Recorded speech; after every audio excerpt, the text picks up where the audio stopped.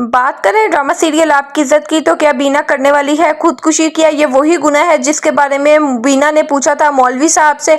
और क्या यहाँ पे ताबिश ढूंढने निकलेगा बीना को, या कर बैठेगा यहाँ पर नाज से शादी और बीना की फिक्र नहीं करेगा?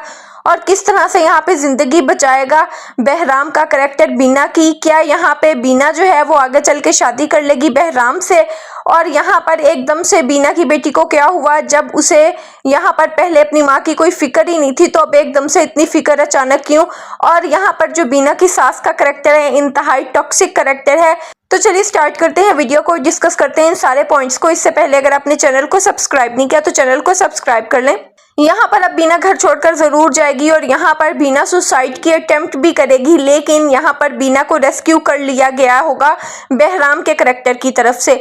यहाँ पर जो बीना है उसका जिंदगी से दिल ही उठ गया होगा, क्योंकि अब बीना जो है वो अपने इमोशंस की ना पीक पर है। यहाँ पर अब एक ऐसी औरत जिसने अपनी जिंदगी के 14 साल दिए एक घर को, एक इंसान को, यहाँ पर बच्चे पैदा किए, उसकी टेक केयर की, घर की टेक केयर की। यहाँ पर बीना के हिस्से में क्या आया? अब ये एक ऐसा पॉइंट है जो ड्रामे में दिखाया जा रहा है, कैसी चीज दिखाई जा रही है जिससे बहुत सारी औरतें जो हैं वो रिलेट करी हैं, क्योंकि ये हर दूसरी से तीसरी औरत की कहानी है। राइटर ने इस चीज को बहुत अच्छे से पोर्ट्रे किया है। और यहाँ पर जो बीना के और मौलवी साहब के जो सीन्स थे ना वो बहुत बहुत अमेजिंग थे। जिस तरह से यहाँ पे हाईलाइट किया गया ना कि गुनाह से पहले गुनाह की जो तौबा है, यहाँ पे वो हटदर्मी है। आप किस तरह से इस चीज को जस्टिफाई कर सकते हो? और यहाँ पर जितनी मर्जी आपको अल्लाह ताला की तरफ से आजमाइश का सामना करना पड़े तो आप अपनी जिंदगी नहीं ले सकते। ये तो खैर आगे चल के हमें पता चलेगा कि बीना जो है वो सुसाइड अटेम्प्ट करने वाली थी। तो यहाँ पर फिर वो सीन्स बहुत अच्छे थे जब बीना जाती है अपनी माँ के पास और यहाँ पर वो एग्जॉस्टेड हुई होती है, तो वो कहती है अपनी माँ को कि ठीक है मुझे सूरह रहमान सुनाओ। और सबसे अमेजिंग सीन था वो, इतनी रॉ वॉइस, इतनी अमेजिंग चीज दिखाई गई है। तो ये उमैरा अहमद की राइटिंग ही है, क्योंकि पहले ड्रामाज में हम इस टाइप की कोई चीज नहीं देख रहे। तो ये ना जो एक इस्लामिक वैल्यूज को भी हाईलाइट किया है, एक सोसाइटी के एंगल से भी अच्छा मैसेज दिया है, तो ये नो डाउट ये उमैरा अहमद ही कर सकती हैं बहुत अमेजिंग तरीके से। अब ये जो स्टोरी है ये आगे चलने वाली है। तो यहाँ पे ताबिश जो है वो शेरवानी ट्राई कर रहा होता है, फिर फ्लैशबैक हमें दिखाया जाता है कि वो टाइम जब ताबिश और बीना की शादी हुई थी उसे वो याद आ रहा होता है। तो अब यहाँ पर ना उससे अंदर ही अंदर पता है कि मैं कुछ गलत कर रहा हूँ।